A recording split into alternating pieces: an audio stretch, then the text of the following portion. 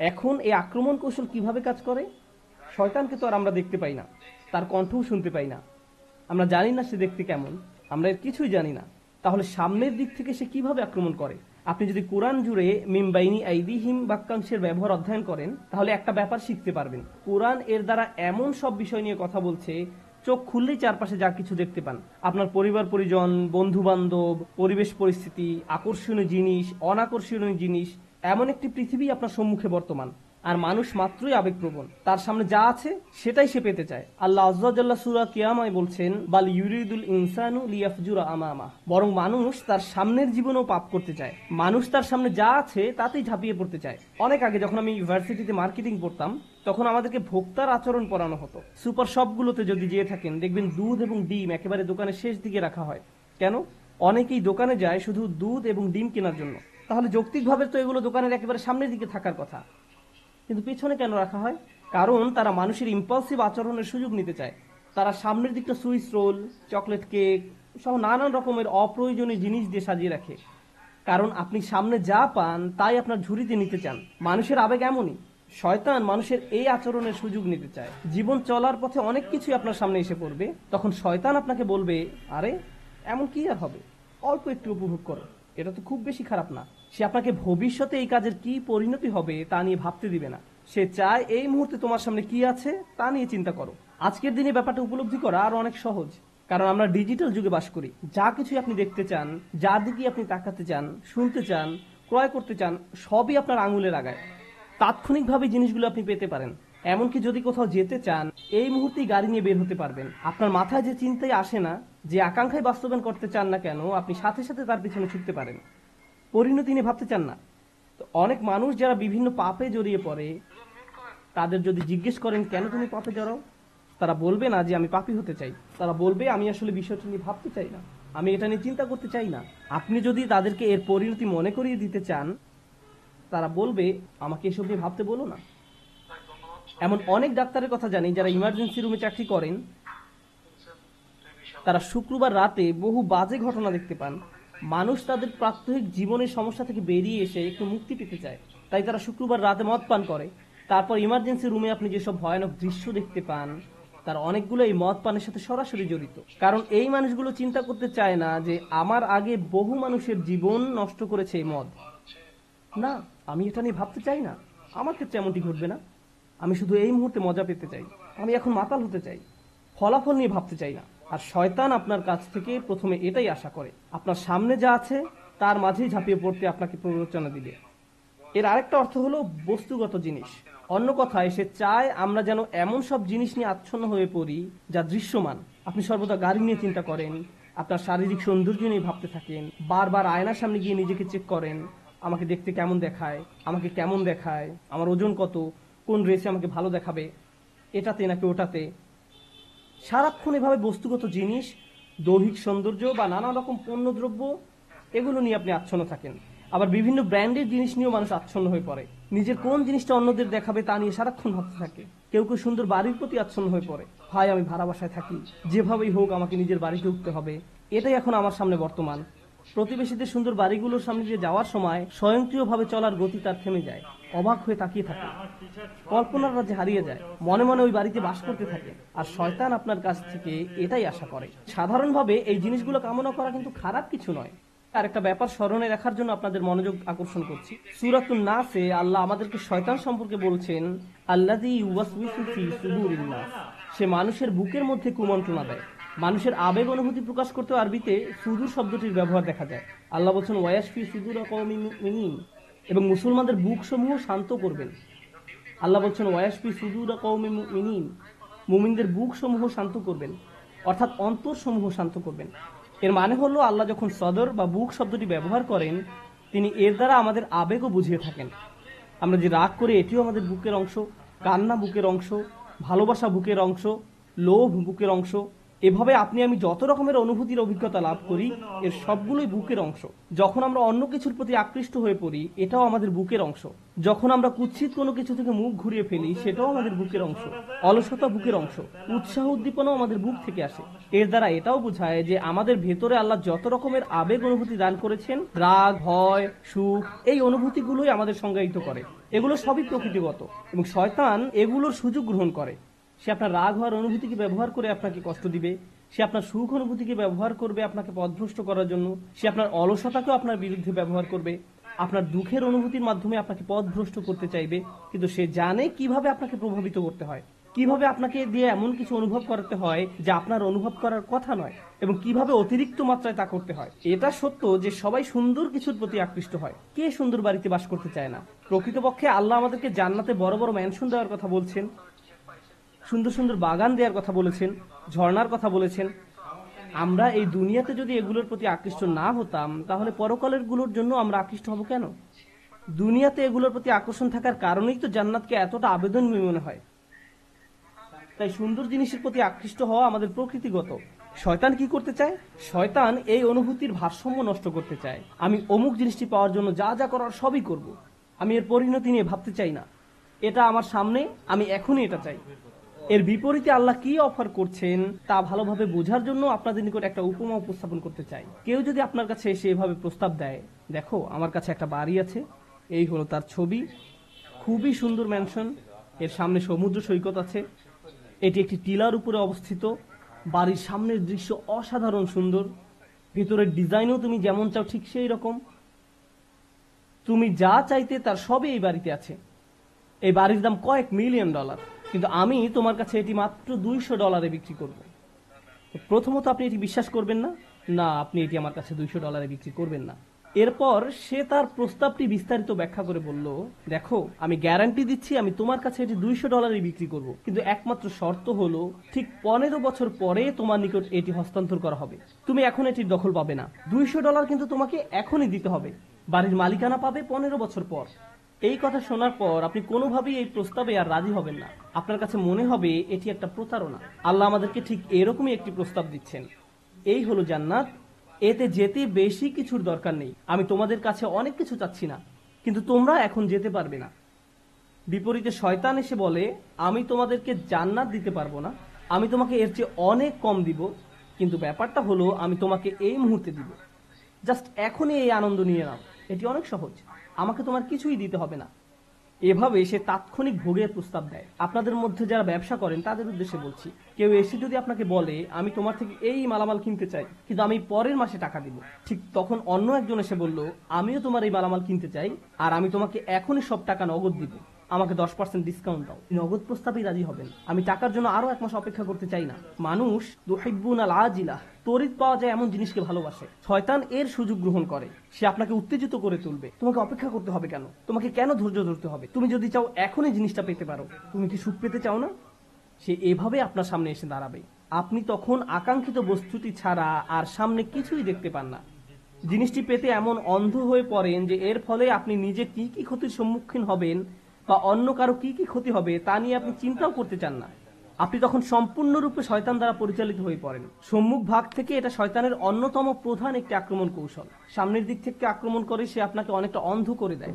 মিমবাইনি আইদিহিম, এর আরেকটা অর্থ হলো ভবিষ্যৎ। কিছু যদি আপনার সামনে এসে পড়ে, যেমন ট্রাফিক জ্যামে আটকা পড়েছেন আর বিশাল এক ট্রাক একেবারে আপনার সামনে উপস্থিত, তখন ট্রাফিক জ্যামটি কত লম্বা তা আপনার পক্ষে বুঝে ওঠা সম্ভব নয়। আপনি এদিক ওদিক কাত হয়েও সামনের দিকটা দেখতে পারবেন না, কারণ ট্রাকটি এত বিশাল আকারের যে এটি সামনের দিকটা সম্পূর্ণ ব্লক করে ফেলেছে। যখন কিছু একটা আপনার একেবারে মুখোমুখি এসে দাঁড়ায়, আপনি দূরের কিছু আর দেখতে পান না।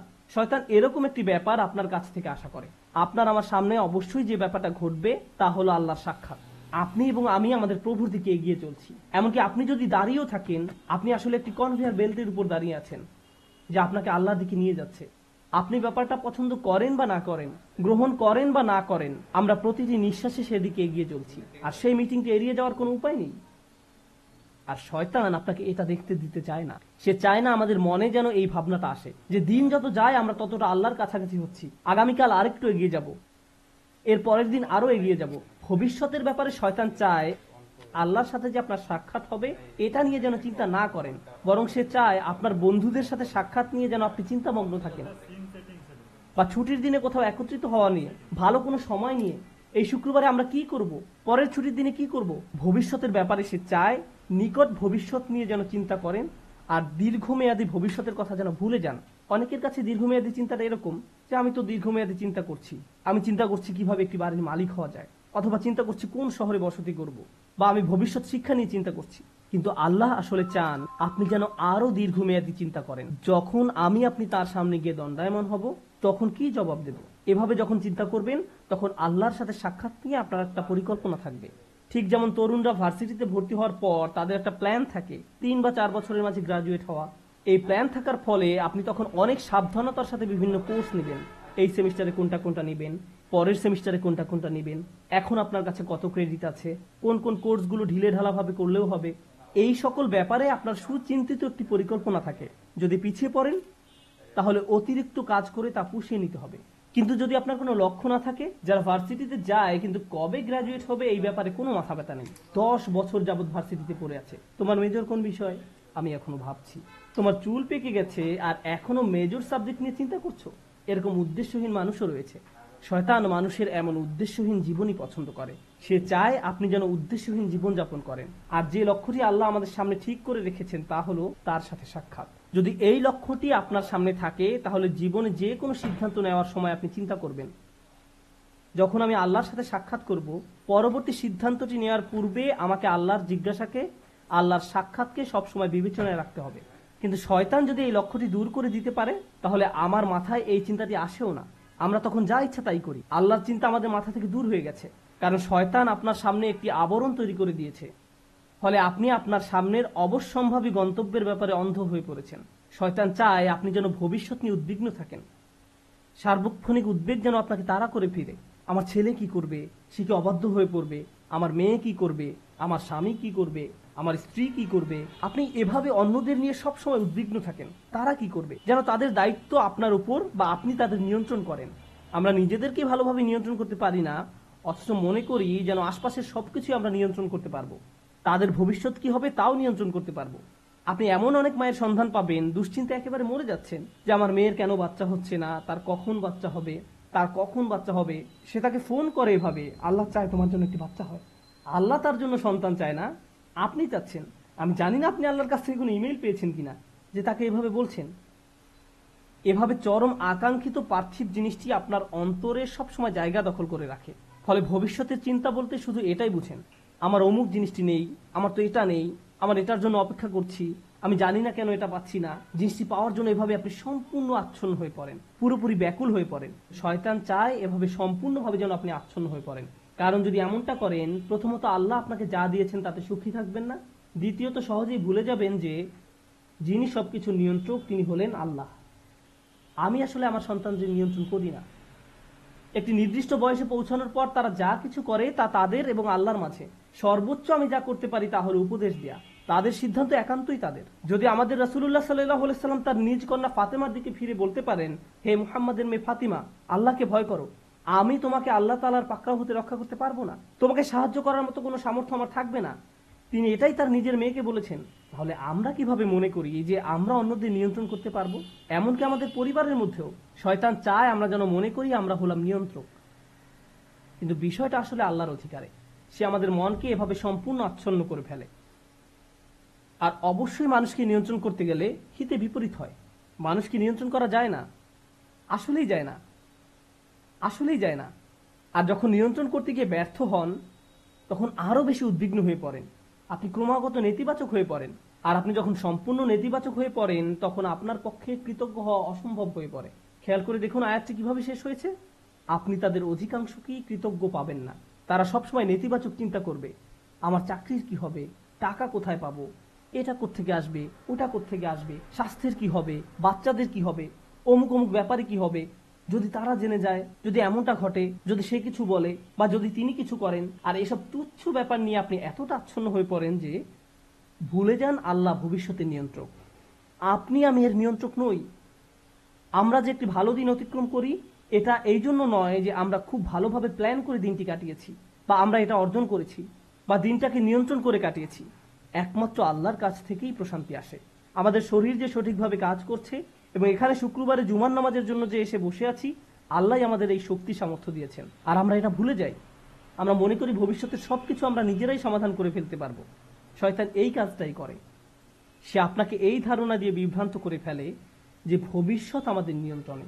শয়তানের আরো একটি বড় অস্ত্র হলো ভবিষ্যৎ সম্পর্কে আপনাকে হতাশ করে দেয়া। আরে কোনো কিছুতেই কাজ হবে না, পূর্বের কোনো পরিকল্পনাই তো কাজে আসেনি, তুমি সব সময় ব্যর্থ হবে, তোমার কপালে শুধু ব্যর্থতাই আছে। এভাবে নিজের সম্পর্কে এত হতাশ এবং নেতিবাচক হয়ে পড়েন যে আপনি শুধু নিজের সম্পর্কে হতাশাজনক মনোভাব পোষণ করেন না, বরং এই হতাশা সংক্রামক হয়ে পড়ে। যেমন কেউ যদি পরীক্ষায় পাশ করে আসে, আপনি হয়তো তখন বলে বসেন, পাশ করলে কি হবে, চাকরি পাবে না, পারিবারিক ঐতিহ্য, কি বা করার আছে। এটা শয়তানের দুঃখবাদ বা হতাশার একটা অংশ। সে আপনার কাছ থেকে এটাই আশা করে। কারণ কেউ যদি সবসময় এভাবে দুঃখ এবং হতাশায় নিমজ্জিত থাকে, তাহলে কিভাবে সে আল্লাহর প্রতি আশা ধরে রাখবে? কোন অন্তর নিয়ে তারা আল্লাহর নিকট দোয়া করবে? যদি তারা ইতোমধ্যেই পরাজয় স্বীকার করে নেয়, তাহলে কোনো কিছুই আর কাজ করবে না। তখন আল্লাহর নিকট থেকে তাদের আর কোনো প্রত্যাশা থাকে না। আল্লাহর সাথে আমাদের সবচেয়ে গুরুত্বপূর্ণ সম্পর্ক হলো তার নিকট দোয়া করা, তার নিকট আশা করা।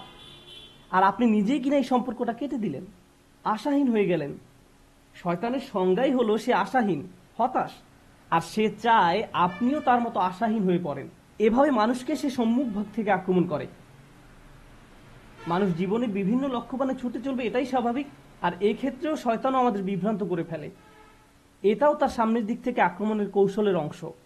আমি সামনের দিক থেকে আক্রমণের বর্ণনা দিতে গিয়ে অনেক লম্বা করে ফেলছি। আজ যদি পেছনের দিক থেকে আক্রমণের কথা নাও বলতে পারি, সমস্যা নেই। আমি একটু সময় নিয়ে বিষয়গুলোর উপর আলোকপাত করতে চাই। তো মানুষের উদ্দেশ্যমুখী জীবনযাপন করার কথা। মানুষ আত্মোন্নয়নের জন্য লক্ষ লক্ষ টাকা খরচ করে বিভিন্ন সেমিনারে অংশগ্রহণ করে, কারণ তারা অনুপ্রাণিত হতে চায়। এগুলো ভালো জিনিস, এগুলো আসলেই শক্তিশালী জিনিস। কিন্তু শয়তান কি চায় জানেন? আপনাদের একটি উদাহরণ দিচ্ছি। পর্বতারোহীদের দেখবেন তারা হুক নিয়ে উপরের দিকে ছুঁড়ে মারে। আপনি যদি আপনার হুক 20 ফিট উপরে নিক্ষেপ করেন, আপনি কেবল ততটুকু উপরেই পৌঁছতে পারবেন। আপনি যদি 30 ফিট উপরে হুক নিক্ষেপ করেন, তাহলে 30 ফিট উপরে পৌঁছতে পারবেন। শয়তান চায় আপনি যেন আপনার হুক খুবই অল্প দূরত্বে নিক্ষেপ করেন। সে চায় আপনি যেন আপনার হুক শুধুমাত্র টাকা কামানোর জন্যই নিক্ষেপ করেন। অমুক পরিমাণ টাকা অর্জন করতে পারলে আমার জীবন সফল। তখন আপনি সারাক্ষণ এই চিন্তায় মগ্ন থাকেন, মনে হয় যেন যদি এই লক্ষ্য অর্জন করতে পারেন তাহলে সবকিছু ঠিক হয়ে যাবে। একবার যদি এই লক্ষ্য অর্জন করতে পারি তাহলে জীবনটা আশ্চর্য রকম সুন্দর হয়ে যাবে। আপনি যখন সেই লক্ষ্যের কাছাকাছি পৌঁছে যান বা উদ্দেশ্য অর্জন করে ফেলেন, আরো 30টা সমস্যা এসে হাজির হয়। শয়তান চায় আপনি যেন ছোট লক্ষ্যের পিছনে ছুটে জীবন অতিবাহিত করে ফেলেন, আর এই নিম্নতর উদ্দেশ্য অর্জনে এতটাই নিমজ্জিত থাকেন যে অন্য কিছু আর চোখেও পড়ে না। আমার আপনার জীবনে বিভিন্ন লক্ষ্য থাকার কথা, আমার স্বাস্থ্য নিয়ে লক্ষ্য থাকার কথা, আমার ক্যারিয়ার নিয়েও লক্ষ্য থাকার কথা, শিক্ষা নিয়ে লক্ষ্য থাকা উচিত। একটা ব্যাপার মনে রাখুন, এই লক্ষ্যগুলো আসলে আপনার জীবনের মূল উদ্দেশ্য নয়। এগুলো আসলে বড় একটি গন্তব্যে পৌঁছার মাধ্যম মাত্র। আমরা যদি ভুলে যাই আমরা এই পৃথিবীতে এসেছি একটি সীমিত সময়ের জন্য, এখানে চাকরি পাওয়া আমাদের মূল উদ্দেশ্য নয়, টাকা কামাই করা আমাদের উদ্দেশ্য নয়, এই পৃথিবীতে বাড়ির মালিক হওয়া আমাদের উদ্দেশ্য নয়। কারণ একদিন আমরা এর সব কিছু ছেড়ে চলে যাব। এই দুনিয়াতে আমাদের উদ্দেশ্য হলো ভালো কিছু করা, আমাদের নিজেদের জন্য ভালো কিছু করা এবং এমন ভালো কিছু পেছনে রেখে যাওয়া যা আমাদের মৃত্যুর পরেও কাজে লাগবে। এই উদ্দেশ্যে আমাদের এই দুনিয়াতে রাখা হয়েছে। এই ব্যাপারটা যদি আপনার মাথায় থাকে, তাহলে আপনার শিক্ষা যদি আপনাকে ভালো কিছু করার দিকে নিয়ে যায়, আপনার বাড়ি যদি আপনাকে ভালো কিছু করতে সাহায্য করে, আপনার গাড়ি আপনাকে ভালো কিছু করার দিকে নিয়ে যায়, তাহলে এগুলোর একটি উদ্দেশ্য আছে। এগুলো নিজে উদ্দেশ্য নয়, কিন্তু শয়তান এগুলোকেই আপনার উদ্দেশ্য বানিয়ে ফেলতে চায়। ভাই, আমার লক্ষ্য হলো অমুক অমুক মডেলের গাড়ির মালিক হওয়া। আমি বুঝে গেছি এটাই আমার লক্ষ্য। এটা আসলে কোনো লক্ষ্য নয়, এটা একটা বস্তুগত জিনিস মাত্র। আর এই জিনিসটি শেষ হতে শুধু একটি অ্যাক্সিডেন্টই যথেষ্ট। যে বাড়িটি নিয়ে আপনি এত বেশি মগ্ন হয়ে আছেন, শুধু একটি ভূমিকম্প এটি ধ্বংস করে দেওয়ার জন্য যথেষ্ট। একবার আগুন লাগলেই শেষ। এই জিনিসগুলো আর এমন কি, এগুলো আসে আর যায়। দুআফাত তালিবু আল মাতলুব। শয়তান এভাবে আমাদের মনকে এসব তুচ্ছ বিষয়ে নিমজ্জিত করে রাখে। এর ফলে আমরা ভুলে যাই যে আল্লাহ আমাদেরকে বৃহত্তর উদ্দেশ্য নিয়ে সৃষ্টি করেছেন, কিন্তু সে আমাদের সামনের দিকে থেকে আক্রমণ করে ক্ষুদ্র বিষয়ে আচ্ছন্ন করে রাখে। ফলে আমরা আমাদের সৃষ্টির উদ্দেশ্যের কথা ভুলে যাই। শয়তানের সামনের দিক থেকে আক্রমণ করা নিয়ে সর্বশেষ যে কথাটি বলতে চাই, আপনাদের অনেকের কপালে হয়তো সামনে অনেক টাকা আছে, আবার কারো কারোর জন্য জীবন হয়তো অনেক বড় বড় চ্যালেঞ্জ অপেক্ষা করছে, আল্লাহ জানেন। কারো কারো জীবন হয়তো অনেক সুখ অপেক্ষা করছে, আল্লাহ জানেন, আমরা জানি না। কিন্তু একটা বিষয় আমরা সবাই জানি, সবারই সময় রয়েছে।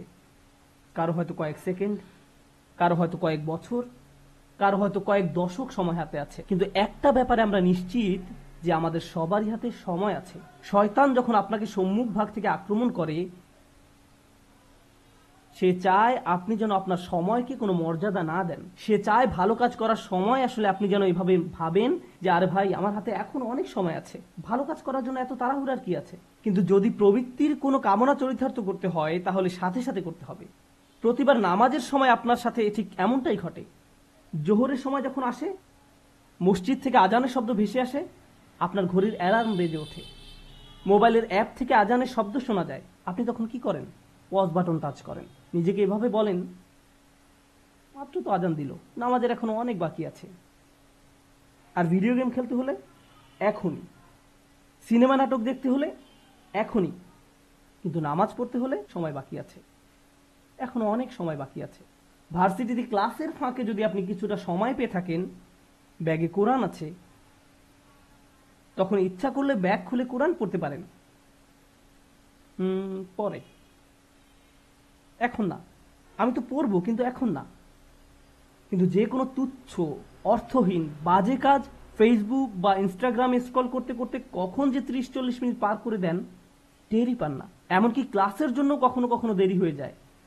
অর্থহীন কাজের জন্য ঠিকই সময় বের করে নিলেন, এর কারণ হলো শয়তান চায় আপনি যেন আপনার সময়কে কোনো মূল্য না দেন।